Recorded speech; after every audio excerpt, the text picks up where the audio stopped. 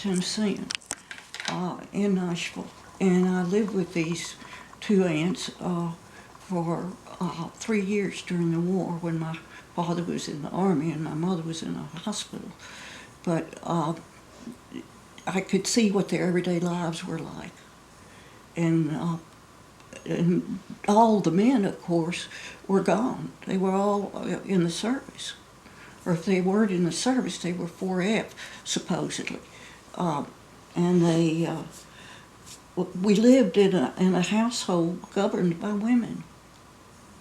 Totally. I mean, I had a grandmother who had Parkinson's disease, and everything was built around her comfort. But the women in the family had to work. Or one of them, the newspaper person, my Aunt Dorothy was a wonderful character and a wonderful, she had no children, and I was her child in a way. But I got to see it from ages of 9, 10, and 11, and going on 12, how women could be totally, but it could live totally without men around. It was, we had one ancient uncle. I used to think he was ancient. I'm about his age now.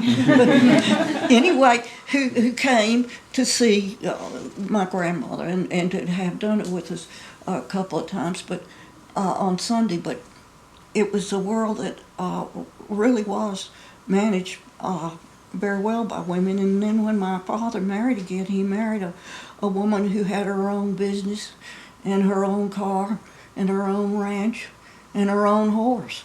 And she had run this business all during the war.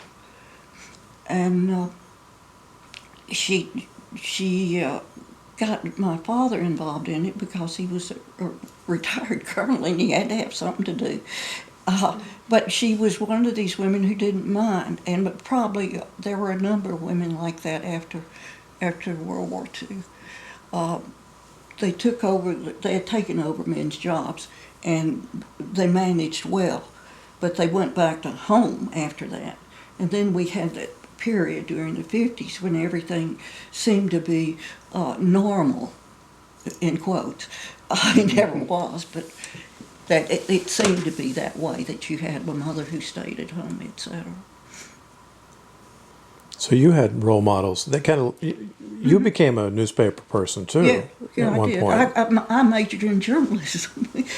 I didn't think I wanted to be a teacher, and the home economics didn't appeal to me that much. But I was very fortunate in that.